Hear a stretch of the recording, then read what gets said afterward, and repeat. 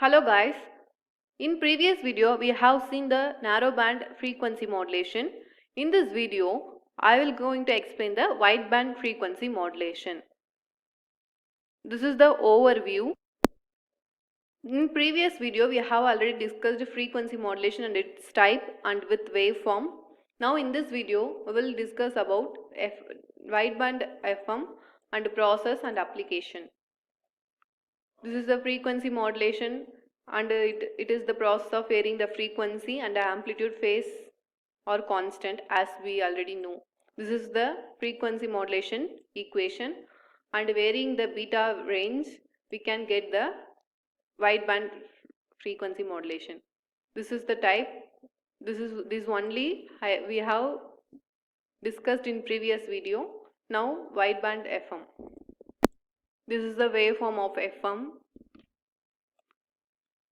And now moving on to the wideband frequency modulation. For the better signal quality, we have used the wideband FM, and it needs a large bandwidth, that is 15 times greater than of narrowband FM. The one main important thing is here beta should be greater than or equal to 1. Then only we get the wideband frequency modulation. This is the frequency modulation equation. Using this equation, we put the beta value greater than 1 or equal to 1. Now let's see the block diagram of wideband FM. There are two types of generating wideband FM. One is indirect and another one is direct method. In direct method, we give the modulating signal into the voltage controlled oscillator and we get the output waveform of wideband FM.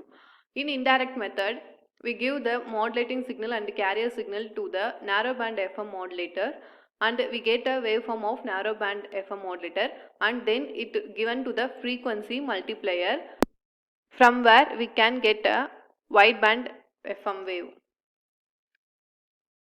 See, this is the waveform of wideband FM. This is the carrier signal and this is the message signal. If we had both and after the modulation we can get the output waveform of wideband FM. See, this is the output.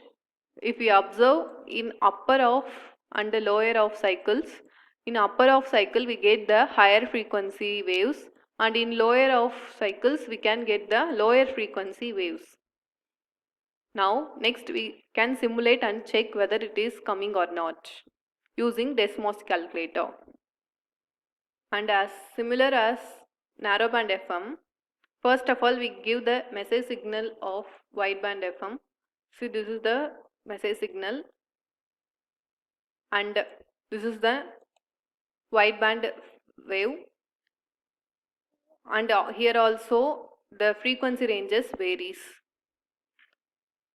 How it varies means the only difference is we already know beta value is greater than 1.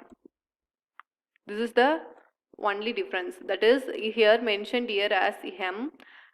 I have taken the value range between 2 to 8, whatever the value range, but it should be greater than 1. Next, for the better idea, we have also given the input message signal C and get the output waveform. For the upper off cycle we get the higher frequency ranges, and lower off cycle we get the lower frequency waves. This is about narrow wideband FM, and we vary the frequency also and see.